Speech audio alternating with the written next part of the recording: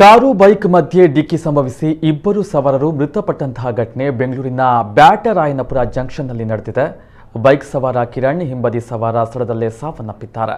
ಹೆಬ್ಬಾಳ ಸಂಚಾರಿ ಪೊಲೀಸ್ ಠಾಣೆಯಲ್ಲಿ ಪ್ರಕರಣ ದಾಖಲಾಗಿದೆ. ತಡರಾತ್ರಿ ಬ್ಯಾಟರಾಯನಪುರ ಜಂಕ್ಷನ್ ಬಳಿ ಘಟನೆ ನಡೆದಿದೆ. ಬುಲೆಟ್ ಬೈಕ್ನಲ್ಲಿ ಇದ್ದಂತಹ ಕಿರಣ್ ಹಾಗೂ ಮತ್ತೊಬ್ಬ ಸ್ಥಳದಲ್ಲೇ ಮೃತಪಟ್ಟಿದ್ದಾರೆ. ಕಾರು ಚಾಲಕನ ಬೇಜವಾಬ್ದಾರಿ ಚಾಲನೆಗೆ ಇಬ್ಬರು ಬಲಿಯಾಗಿದ್ದಾರೆ. ಮೃತ ಕಿರಣ್ ಹಾಗೂ ಯತೀಶ್ ಇಬ್ಬರು ಟೆಕ್ಕಿಗಳು ಕಳೆದ ವರ್ಷವಷ್ಟೇ ವಿದ್ಯಾಭ್ಯಾಸವನ್ನು ಮುಗಿಸಿ ಕೆಲಸಕ್ಕೆ ಸೇರಿದ್ರು. ಮೂಲತಃ ಚಿತ್ರದುರ್ಗದವರಾದ ಇಬ್ಬರು ಸಂಬಂಧಿಕರು.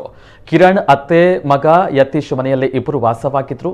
ನಿನ್ನೆ ವೀಕೆಂಡ್ ಹಿನ್ನೆಲೆ ತಡರಾತ್ರಿ ಬೈಕ್ನಲ್ಲಿ ಹೊರ ಬಂದಿದ್ರು. ಬ್ಯಾಟರಾಯನಪುರ ಬಳಿ ಬಂದಾಗ ಅತಿ ವೇಗವಾಗಿ ಬಂದ ಕಾರು ಡಿಕ್ಕಿಯನ್ನ ಹೊಡೆದಿದೆ. ಬೈಕ್ನಲ್ಲಿ ಇದ್ದ ಇಬ್ಬರು 20 ಅಡಿ ಹಾರಿ ಬಿದ್ದಿದ್ದಾರೆ. ಕಾರು ಚಾಲಕ ಪರಾರಿಯಾಗಿದ್ದಾನೆ. ಸದ್ಯ ನಾಪತ್ತೆಯಾದ ಚಾಲಕನಿಗಾಗಿ ಪೊಲೀಸರು ಶೋಧ ಕಾರ್ಯವನ್ನ ಮುಂದುವರೆಸಿದ್ದಾರೆ.